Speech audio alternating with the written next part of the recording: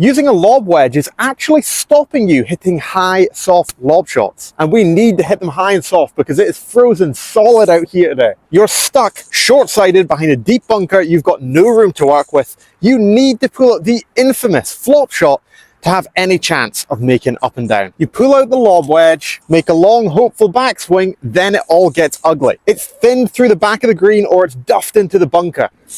This really is one of the hardest shots in golf, and I'm going to show you how you can master it. Everybody reaches for a lob wedge when they practice a high pitch. Let's learn to hit high, soft pitches with a 9-iron instead. Then doing it with a lob wedge is going to be ridiculously easy. You'll hit it higher and softer than ever before.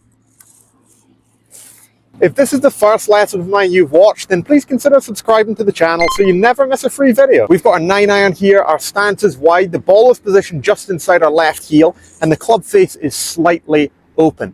The club shaft is sitting straight up and down, there's no lean in the shaft and it's not backwards. You're probably thinking you'll fat it from here, and I completely agree. So we put 70 to 80% of our weight on our left leg and we keep it there throughout the swing. This is absolutely key. If we move about laterally during our swing, this makes it super hard to strike the ground where we want to. Drop your club, practice turning the body as we let our arms swing around it. You have to keep left the whole time. Don't let your weight move to your back foot. Finish position, have your chest down and low. Your arms are low, your chest is down. Practice this whole motion without a golf club. Weight stays left, turn, finish low. Weight stays left, turn, finish low. Now we add back in the club and we hold it with the softest grip possible without letting the club fly out your hands. This helps your wrists work as they want to during the swing. Nice and soft, letting our finish stay low and left. Get some reps in doing this without a golf club. Just pick a spot on the ground, be very particular. I've picked a tiny leaf just here in the ground, bruising the turf. Seeing if I can strike that same spot every single time. We're not having big, deep, gouging divots. Imagine that the club is just going to slide underneath the ball, bruising the turf. Now this can change with different ground conditions, like what I've got here today in the frosty, hard conditions, and we'll talk about that later. Give yourself plenty shots working on this, and you can open up the face of the 9-iron if you want to get more height. Imagine in your finish position, you're going to finish with your hands on your left pocket and your club shaft sitting steep above it. This just helps add even more loft to the club face and get it up in the air, which is the opposite of what most people do with their lob wedge. They actually learn to take loft off it, and that's why they don't hit it high enough. Challenge yourself. How high can you hit these pitch shots with your 9-iron? If you can do it with a 9-iron, it's going to be so much easier with a wedge. And don't worry about messing up a few. Short game's all about experimentation. It's all about having a little bit of fun, being creative. You'll hit a few bad ones, you'll hit a few good ones. The more you practice, the better you're going to get. If you worry about hitting bad ones all the time, you're never going to hit any good ones because you're going to be too tight and too tense.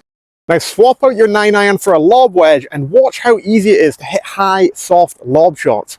When you practice with a 9-iron, you're practicing on hard mode so that you can play on easy mode with the lob wedge out in the golf course. Depending on the turf you play on, you'll need to make some changes. For firm, solid turf where there's very little grass and the ground is really baked, like on links golf courses, Carnoustie, St Andrews, where the ground's super solid back up in Scotland, my hometown, you're going to want to change your technique. Like today, I've been playing off frozen ground. You need to get much steeper. You need to hit much more down onto the turf because naturally the club's going to bounce off the turf much more. For softer turf, like over here where the ground's actually thawed out a little bit, we want to be much, much shallower and skid the sole off the ground. We don't want to dig down at the ground too much. Experiment with how open you have the face too, and have fun hitting flop shots. Practice from different lies to different pins from different locations. Variation is absolutely king once you've got the technique down. And rewatch this video while you're actually practicing. Listen to it whilst you're working on your technique over and over again until you've honed it. Keep reminding yourself of those key points.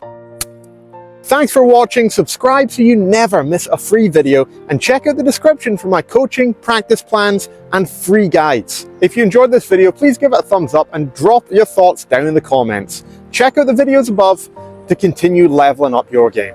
Have an incredible day. Thanks so much for watching.